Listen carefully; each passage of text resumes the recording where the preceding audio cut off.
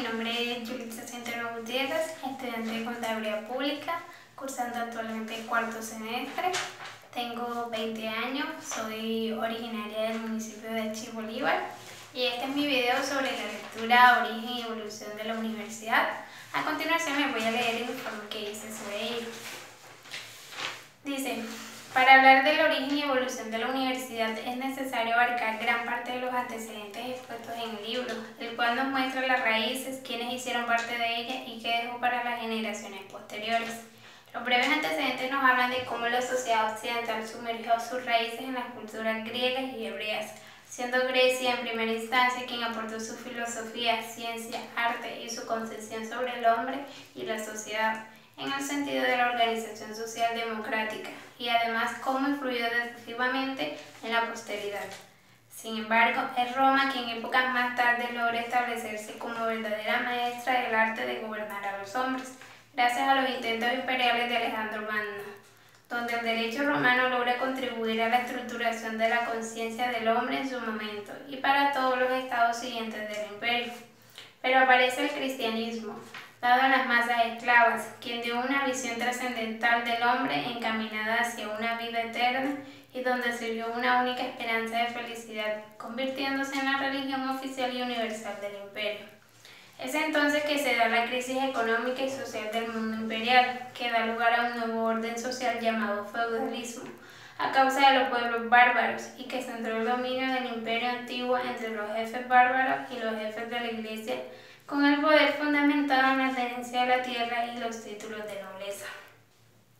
En este nuevo sistema económico-social se presentó un mutualismo entre la iglesia y la autoridad civil, haciendo que se confundieran los poderes del clero con los poderes del Estado, que generó una gran rivalidad. Por la imposible convivencia económica se desencadena la lucha por el poder absoluto entre ambas partes, y es este conflicto quien jugó un papel importante para el reconocimiento de los estudios jurídicos, y que a raíz de esto reapareció el Código Justiniano, el cual los dejó en iguales condiciones tanto a papas como a emperadores, y fue la Escuela de Leyes de Bolonia, considerada como pionera y maestra en los estudios de Derecho en la Edad Media y semillero de juristas canónicos. Para el siglo XI aparece la Reforma Gregoriana, que debe su nombre por el Papa Gregorio VII,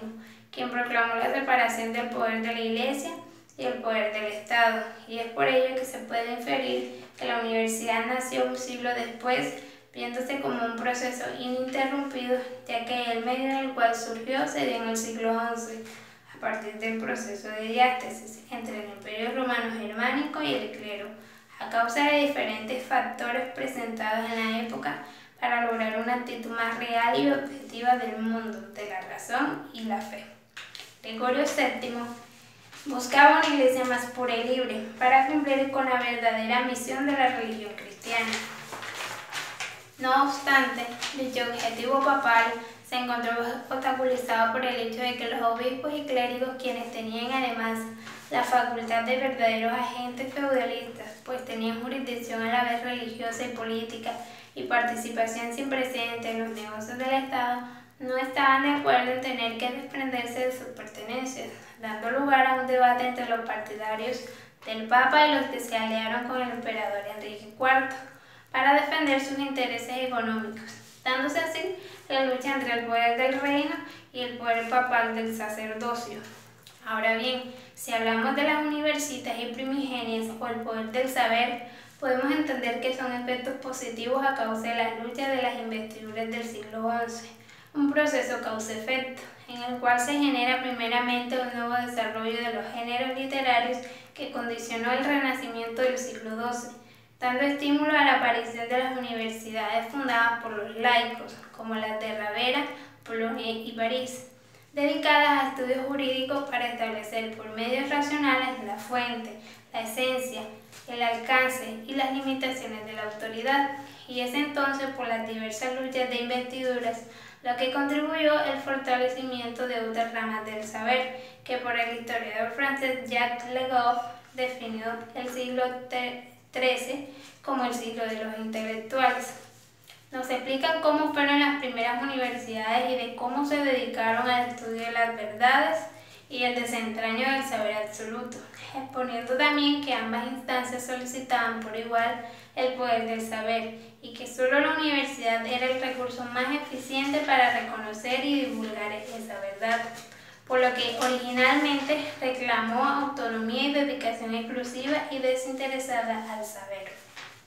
La autonomía de esta fue orgullo y característica de las primeras universidades, pues su razón de ser era la independencia del poder político y eclesiástico, siendo superior a ambas instancias. Definen además la conformación de la palabra universidad, dada para la Edad Media, como la multitud de todas las cosas, pero con sentido de convergencia y unidad, es decir, unidad de la diversidad, y que debe entenderse como algo indispensable para la vida social que funciona bajo sus propias leyes y no depende ni debe depender de caprichos individuales.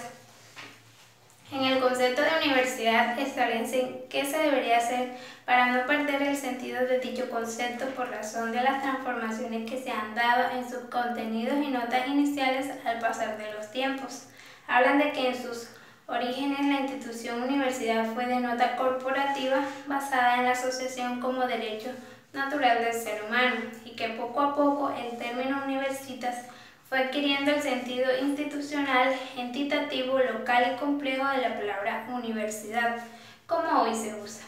que tuvo una difusión universitaria que pobló con celeridad el continente europeo medieval, como un instrumento racional de comunicación científica y espiritual que fue el uso común de la lengua latina, donde no existieron los monopolios y que se diera en las universitas una visión global por la ansiedad de abarcar los saberes.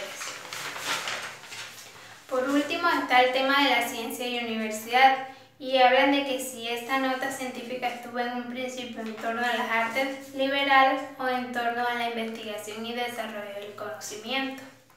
Y nos dan los indicios del por qué estuvo inclinado más a la recolección y difusión del saber que sobre su incremento, pero no excluyen totalmente la investigación de la universidad primitiva, si bien es cierto, las universidades medievales recogieron y leyeron las huellas del conocimiento, articularon síntesis,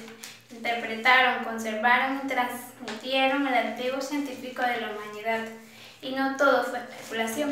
recordándonos el descubrimiento de Aristóteles y su pensamiento, haciendo crecer la investigación e inquietudes al cambiar la concepción sobre el mundo.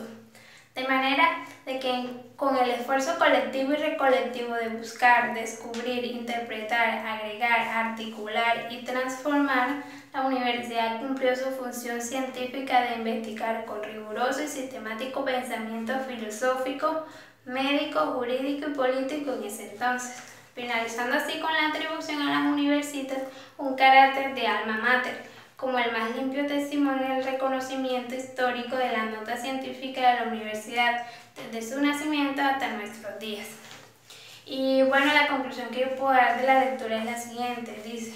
analizando la historia nos damos cuenta que el papel de las universidades es cambiante en las diferentes épocas y que toma un grado de evolución a medida que el tiempo pasa. Como se sabe, la educación en sí nace cuando nace el hombre. Los conocimientos, la información, la educación, etc., existen muchos años antes que se formara la institución conocida como universidad. Grecia y Roma formaron una muy buena base de educación, saber e investigación. Fue la época de los grandes eruditos, de las grandes escuelas y liceos, de los grandes sabios como Aristóteles o Platón, que supieron forjar una excelente masa de conocimientos que hasta nuestros días influyen.